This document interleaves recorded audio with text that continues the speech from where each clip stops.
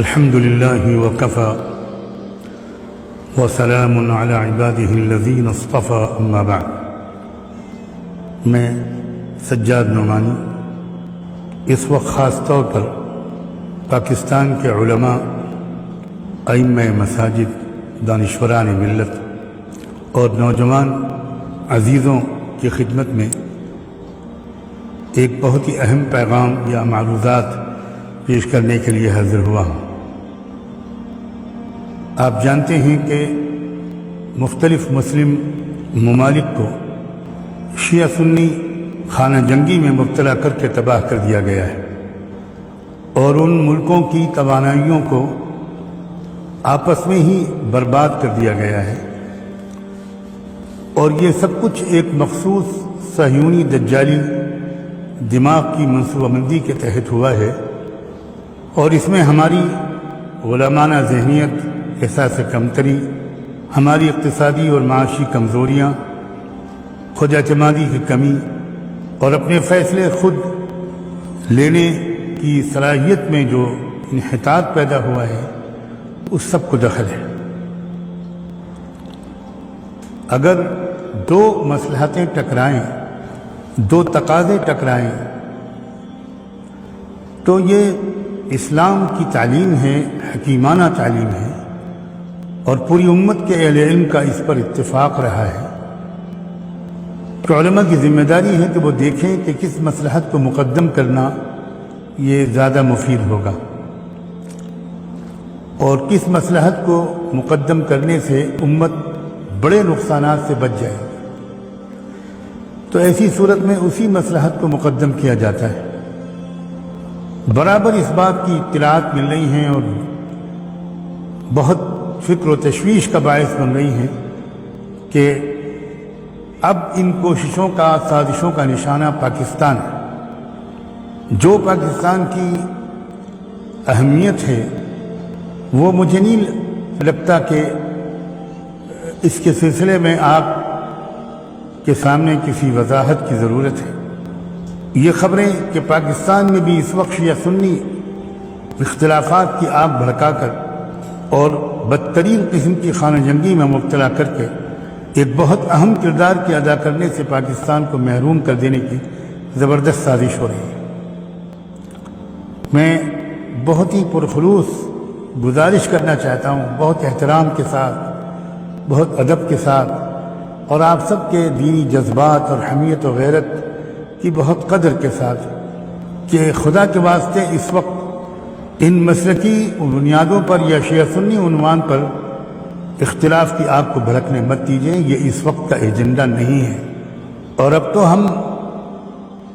دیکھ رہے ہیں کہ یہ احساس بھی دونوں طرف کے سمجھداروں میں بڑھ رہا ہے کہ ہمیں اپنی توانائیوں کو آپس میں ضائع نہیں کرنا چاہیے۔ اس لیے اللہ کے واسطے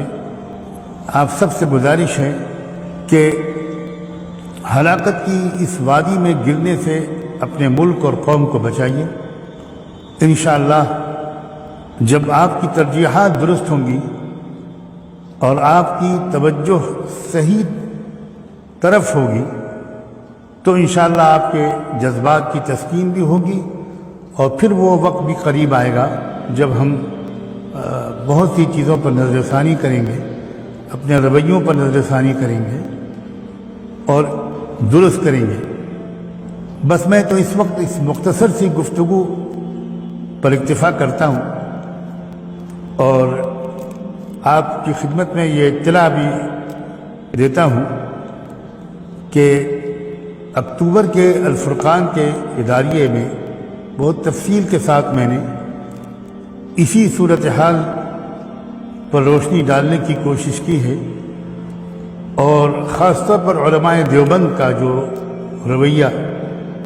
ہم نے شروع سے دیکھا ہے اس ملک میں، کہ انہوں نے کس طرح ترجیحات میں تبدیلی کی ہے اور حالات اور مصلحتوں پر نظر رکھی ہے، اور ایک ہی بات کو ہر حال میں صورتحال کو مکمل نظر انداز کر کے دہرانے کی غلطی نہیں کی انہوں نے۔ تو علماء دیوبند کے جو نام لیوا لوگ ہیں اور جو ان کے بارے میں یہ سمجھتے ہیں کہ قرآن و سنت کا بہت ہی گہرا اور معتدل فہم ان حضرات کو حاصل ہوا، ان سے اب خاص طور پر گزارش کرتا ہوں کہ انشاءاللہ الفرقان کا وہ شمارہ بہت جلد آن لائن کر دیا جائے گا تاکہ آپ حضرات بڑے وسیع پیمانے پر اس کا مطالعہ کر سکیں۔ وہ علماء جن کی اپنی کچھ سیاسی مسالے ہوتی ہیں، ان سے بھی بہت گزارش ہے کہ اللہ کے واسطے اپنی سیاسی مصلحتوں یا اختلافات کی وجہ سے اس وقت ملک کو اور قوم کو اور ملت کو اس ہلاکت کے غار میں نہ ڈھکیلیں۔ آپ کا ملک ایک آخری دفاعی لائن کی حیثیت اختیار کر گیا ہے، جو دفاع کرے گا انشاءاللہ بہت دور تک مسجد اقصی اور حرمین شریفین کی دفاع کی سعادت بھی وقت آنے پر انشاءاللہ امید ہے کہ آپ ہی کو ملے گی۔ اس لیے اس وقت دشمن کی چال اور سازش کو سمجھیے اور شیعہ سنی جیسے مسئلوں پر کسی بھی طرح قوم کو باہم خانہ جنگی میں کود کر خودکشی کرنے کی مہلک غلطی سے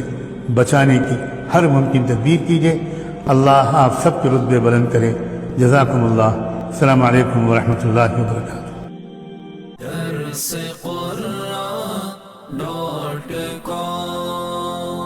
www.darsequran.com